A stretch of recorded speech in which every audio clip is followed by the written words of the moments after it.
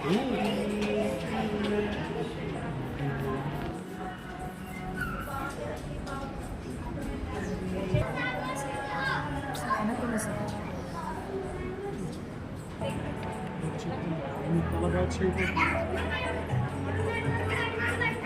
నేను తలగా వాడుకోబోతుంది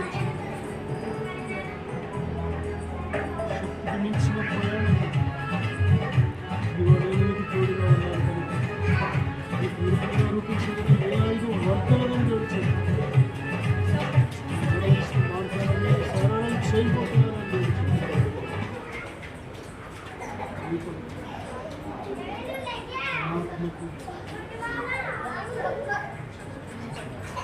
ఆత్మను మీద తోడుగా ఉంచి ఉన్నాను ఆత్మ మీద ఉంచి ఉన్నానని తెలుసు నేను మీద తండ్రిలో ఉన్నానని తెలుసు.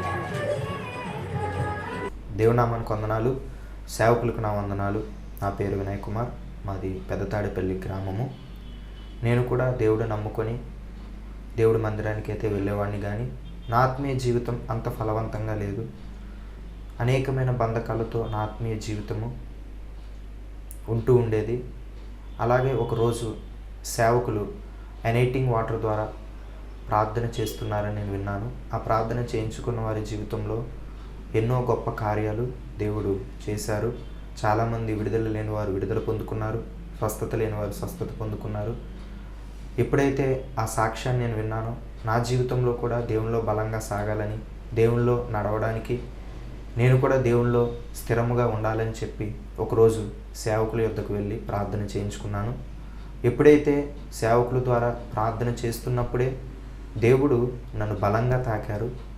వెంటనే నా హృదయం నుంచి ఏదో ఒక తెలియని బంధకం, ఏదో ఒక చీకటి నా నుంచి బయటికి వెళ్ళిపోవడం నేను గ్రహించాను. ఎప్పుడైతే అలా చీకటి బంధకం నా నుంచి వెళ్ళిపోయిందో నా హృదయం చాలా తేలికైంది. దేవుడు తన బలమైన ఆత్మతో నన్ను నింపి నన్ను స్థిరపరిచి తన ఆత్మతో నన్ను ముద్రించారు. ఆ రోజు నుంచి ఈ రోజు వరకు కూడా నా జీవితంలో దేవుడు ఎన్నో గొప్ప కార్యాలు చేశారు. అప్పటి నుంచి నా ఆత్మీయ జీవితంలో బలమైన ఆత్మీయ జీవితంలో నేను కొనసాగించగలుగుతున్నాను.